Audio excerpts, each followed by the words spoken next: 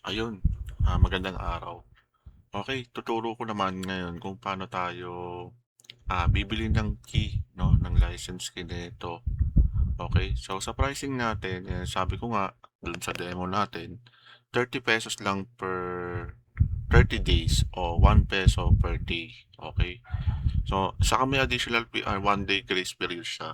So pag nag-expire siya, may 1 day ka pa para i-extend yun. So hindi siya mag-auto-delete. Okay, parang 31 days talaga siya for 30 pesos. Yun, ganun na siya. Okay. Kung hindi nyo pa napapanood yung demo kung para sa to, check nyo yung YouTube channel ko. Okay, nandun yung demo ng feature nito. Access tunnel para ma-access natin yung MikroTik at mga devices na nandun. Okay.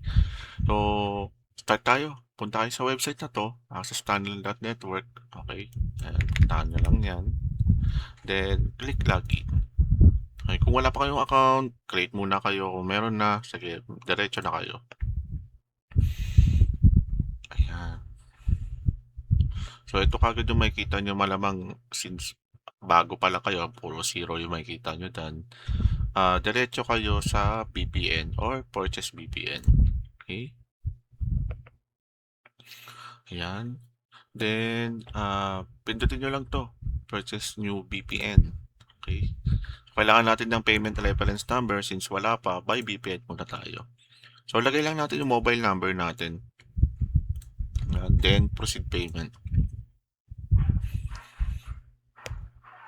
Ayan, sa next step, makikita nyo, 30 pesos lang yung babayaran nyo. Then, proceed lang kayo kung anong gusto nyong payment method, no? GCash, ShopeePay, kayo na bahala. Sundan nyo lang siya.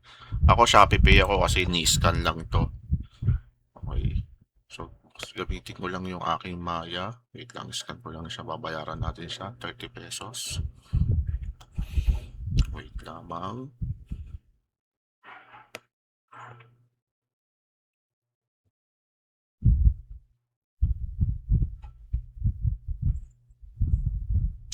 Ayan, nabayaran ko na siya.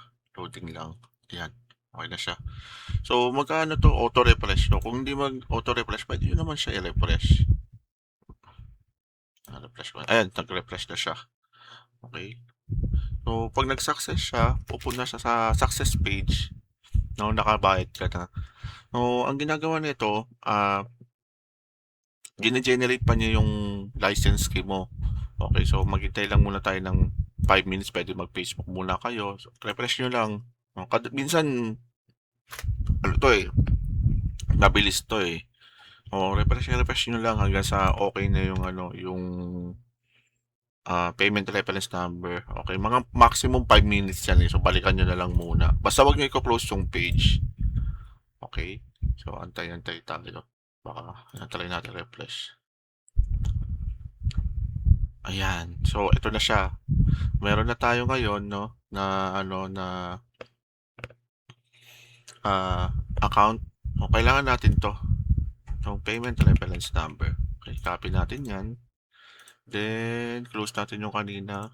Ayan, dito na to, tayo. So, lagay natin yung payment reference number. Then submit. Ayan. So, ayan. Added na yung VPN. Asan na siya? Asan na yung portal natin? Ito. So, ayun guys, no? Sobrang dali lang bumili ng VPN, no? Ganun lang siya. Okay, sobrang bilis lang, parang mga 2 minutes lang 'yan. Depende doon sa pag-load ng page, okay? So, proceed tayo. Paano naman natin siya ilalagay sa MikroTik natin, okay? MikroTik natin. So, pag pinindot natin 'tong edit, nandyan yung credentials. Ayan, ito yung public URL mo. Siyempre, di pa yan gagana. Ito yung SSTP username sa password mo. So, gumagamit to ng SSTP VPN. Okay. So, punta tayo sa ating MikroTik. Asan na? Ayan. Ito yung MikroTik ko sa bahay. Okay. So, punta tayong interface. Ayan. Then, SSTP client. Ayan. Ayan. Ay, magkamali ako ng click. SSTP client. Ayan. Then, dial out. So, kailangan natin siya i-connect, no? Type lang natin vpn.dial access tunnel.network. Then username saka password, no? So, yung binigay doon dito. Okay? Okay, username, ayan. Lagay natin dyan. Username. Tapos, ang password, ito. Ayan. Ako na mahilig ako maglagay ng comment eh. Ayan, lagyan natin comment para hindi natin siya madali siya mahanap. Then, click apply. Ayan, tayo lang natin kukonect na siya. So, kapag kumonect na siya, make sure natin na ganito yung may IP na lumabas. So, okay na siya, no? May local IP na sa may remote IP. So, connected na siya. Okay? Connected na siya. Ngayon, gusto natin na yung si access tunnel ay ma-access yung MikroTik natin. So, bibigyan natin siya ng credential, okay? So, via API to, okay? So, ang gagawin natin, double check natin yung services natin, IP services.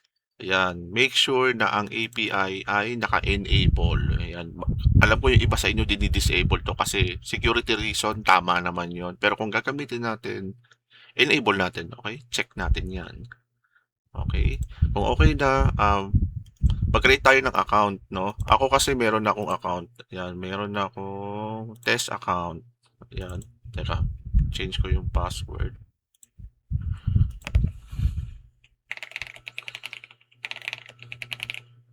Ayan. Okay, so may test account na ako, no, na gagamitin natin.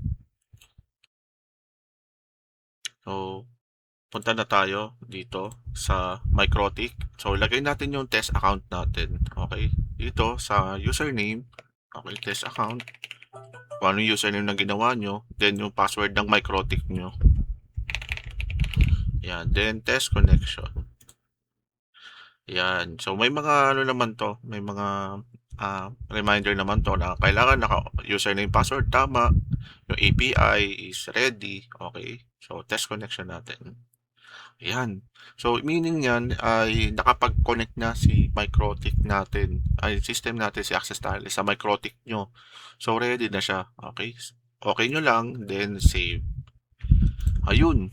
So, fully configured na yung VPN nyo and may-utilize nyo na yung other feature niya, no? Remote monitoring saka ping monitor. Remote access saka ping monitor.